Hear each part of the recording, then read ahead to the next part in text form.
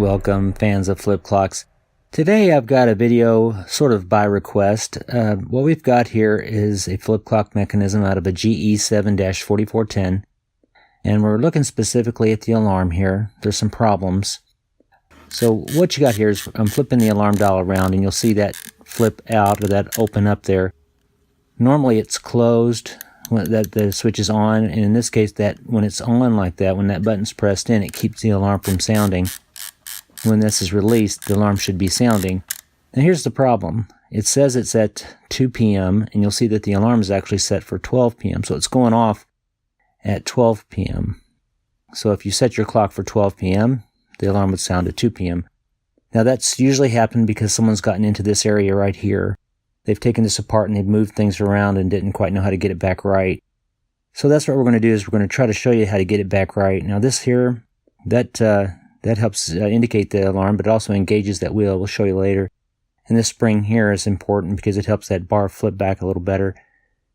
It would spring back on its own, but it assists the spring. You'll see that the spring assists it. You'll see that a little bit later. So pretty obviously you got to take this screw out. That makes sense. We've got to get this plate off. And you want to be really careful here. These things here will like to break. They kind of clip and clip onto this metal, so you want to unclip them. Now every flip clock mechanism is a little bit different, but the principles here are the same as far as what's going on here. So I'm going to remove this here, move that out of my way. Now some of these will come with springs, so you got to kind of watch. Now see these teeth in here? That's what this engages, so that you get that clickety-clack as you spin that wheel around. It keeps the wheel in position. Now this wheel here is specifically placed in time with this clock. So in other words, this wheel has to go on in a certain fashion or your alarm's going to be off. So this is the deal. This is why this clock is not alarming right. Got to be set correctly. Now, so what we're going to do is we're going to show you how to set this particular clock correctly. It's kind of hard to explain, but let's take a look here. What you've got here on this part of this wheel here, you can see it looks like little ramps, kind of like hills, and it drops right off, and there's 3 of them, and it mates up with that there. And if you drop it in there, you can see it sort of sticks out a little bit, but when it drops in those holes, it pushes in.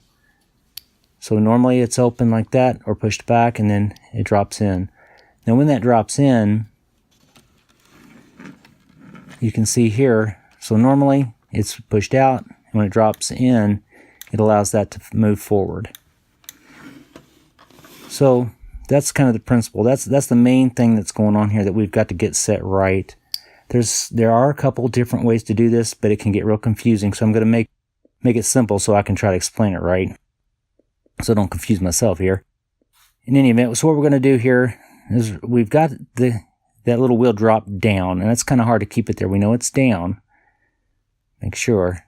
So that's in the down position.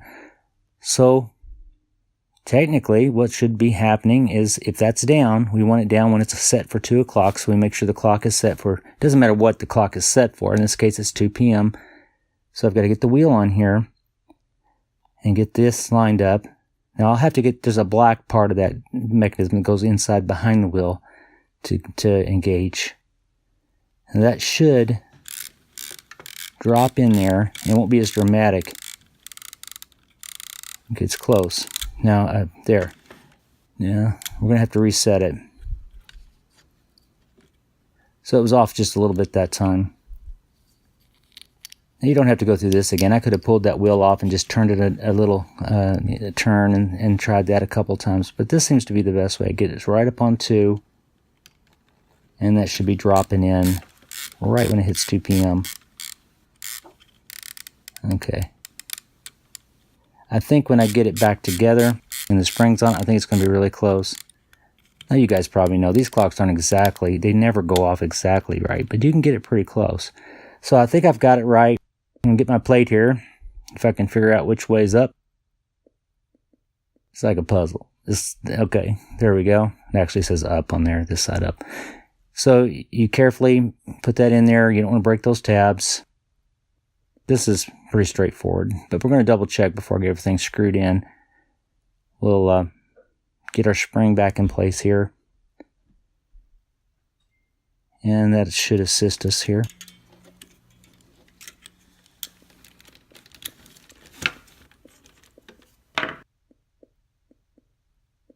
All right, and now we should be back in business.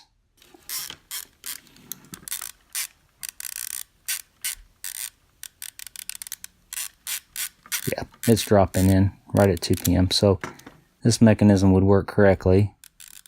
So that's pretty much it. The principle's about the same. It's not that hard. You can do it. Well, thanks for watching.